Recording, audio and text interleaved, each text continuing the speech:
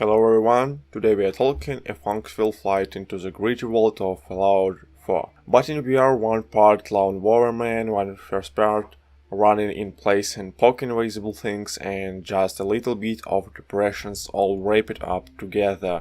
Just like the pancake versions of the game, you take on the guide of the Vault Dweller, of the Find a Child you saw kidnapped right in front of your eyes and trying to make it in the world 2200 years past its expiration date. Fallout VR is out now on Steam for $59.99 and officially runs on the HTC Vive, but it also works on the Oculus Rift and VR headsets.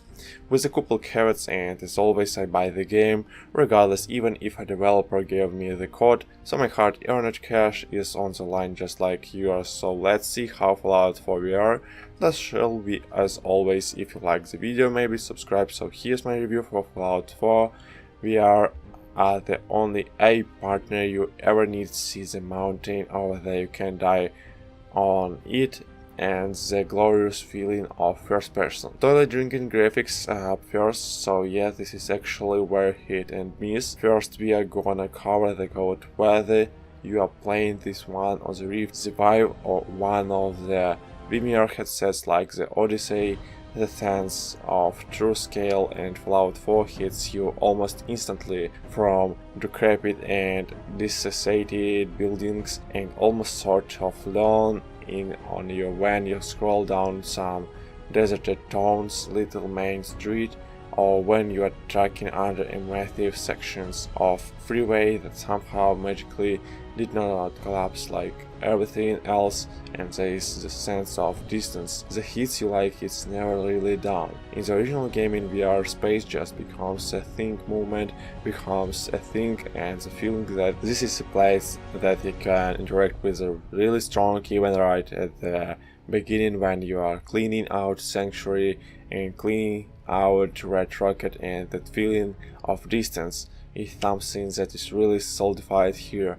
The enemies feel not only closer, but they have a sense of presence, they have a sense of space, and that they actually take up in the game world that just cannot be translated as easily to the original versions. And really for those reasons, when Fallout 4 VR is doing it right, it elevates everything about Fallout 4 itself that people like. It shows up some of the weaknesses and make the entire experience feel like the difference between sitting on the benches watching your team play or being called out to pitch, and it's very noticeable. However, there are a ton of problems. First, performance is widely divergent, even with people with identical hardware, with various black magic fixes and installs of patches and Windows apps being suggested by people who probably got possible 10% better frame rate because the moon was full the night, versus some of the more real fixes that are out there,